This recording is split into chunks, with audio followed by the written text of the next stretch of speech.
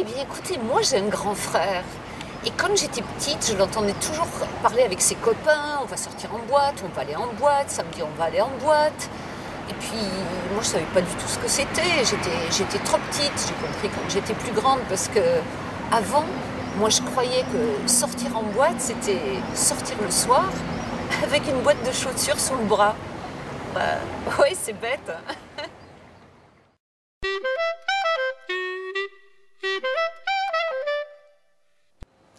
Avant, moi, je croyais que les orages étaient déclenchés par la colère des gens. À savoir que plus les gens avaient des grosses colères, et plus l'orage était violent.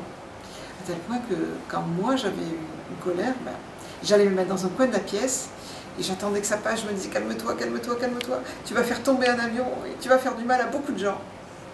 Et je me calmais.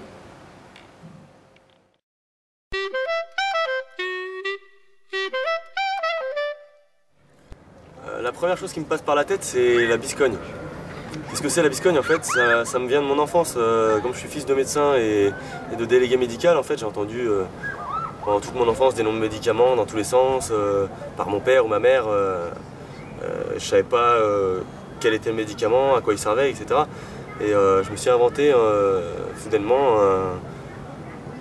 un produit magique en fait qu'on applique sur des blessures ou sur n'importe quoi qui soit douloureux.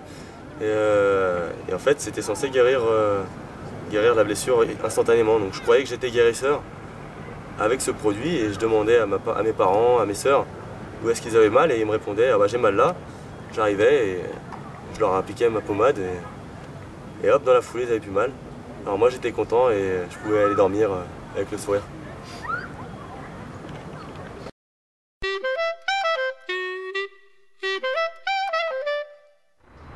Quand j'étais gosse, avec mes parents, on partait toujours sur Nice le week-end.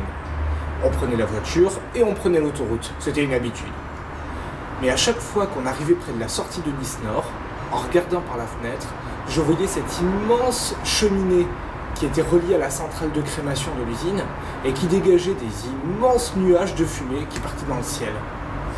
Moi je regardais ça par la fenêtre, ça m'impressionnait. Et résultat, moi avant, quand j'étais petit, je croyais que c'était les usines qui fabriquaient les nuages dans le ciel.